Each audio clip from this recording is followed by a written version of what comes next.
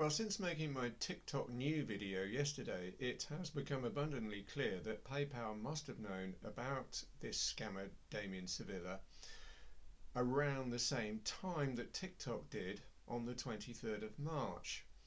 Now, how do we know this? Well, TikTok banned Damien Sevilla's account on the 23rd of March for a reason.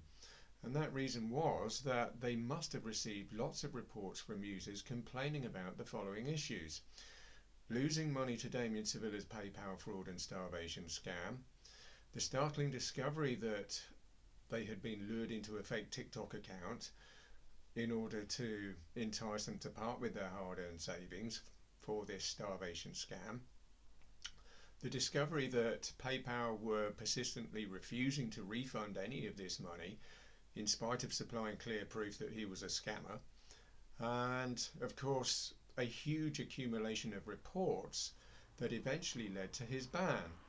And here we find an indication that both TikTok and PayPal knew about Damien Sevilla's scamming earlier than the 23rd of March, and indeed likely around the middle of February or even earlier.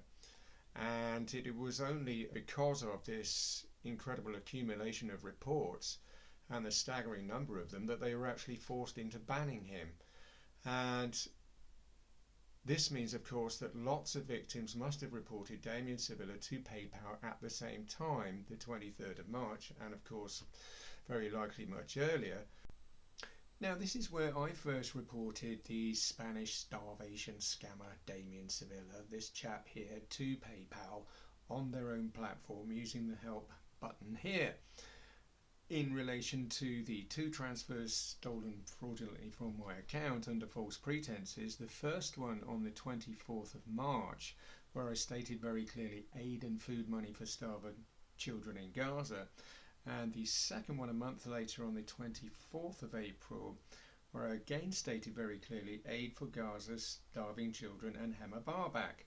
Now, it was literally the very next day, on the 25th of April, I suddenly realised Damien Sevilla is not a Palestinian but a massive scammer.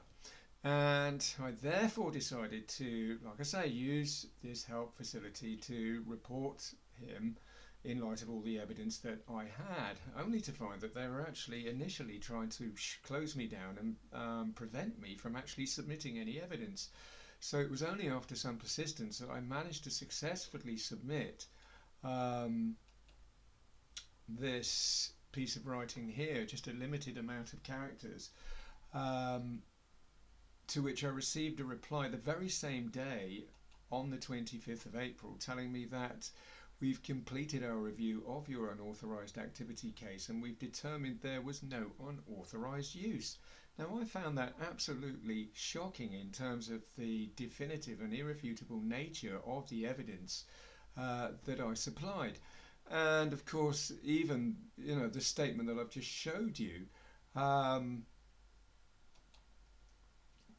here, just stating so clearly in capital letters where the money was meant for and who it was supposed to be going to, and the fact that Damien Sevilla had actually pretended to be a Palestinian when he wasn't.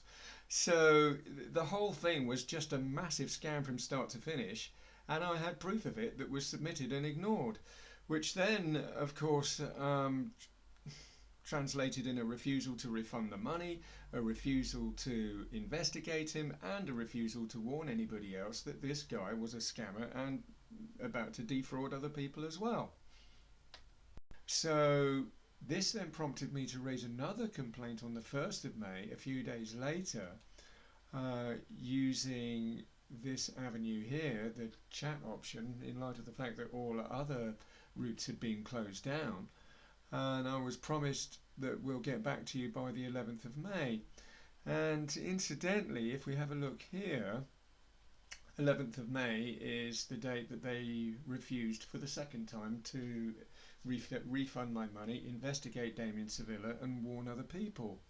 And the other interesting thing to note here is that if we go back to here, the date's missing. This date here has suddenly disappeared, because a few days ago I took this screenshot, and we can very clearly see that the date is there. So why have they removed it? This is more evidence of the fact that they are trying to protect this guy Damien Sevilla, the Spanish scammer. They are trying to hide information. They are trying to hide the data that they refuse to investigate, refund money, and warn other people, and quite literally make every effort to protect him. Well, this then raises a question: how much money has this chap Damien Sevilla, this Spanish PayPal scammer, managed to actually divert successfully into his bank account since the 25th of April when I first reported him? Because it must be quite a substantial amount. The date here says the 21st of May, so that's just under a month ago that he was reported, and very clearly still active, still scamming, which now raises the question, well, how many other scammers are PayPal protecting on their platform like this?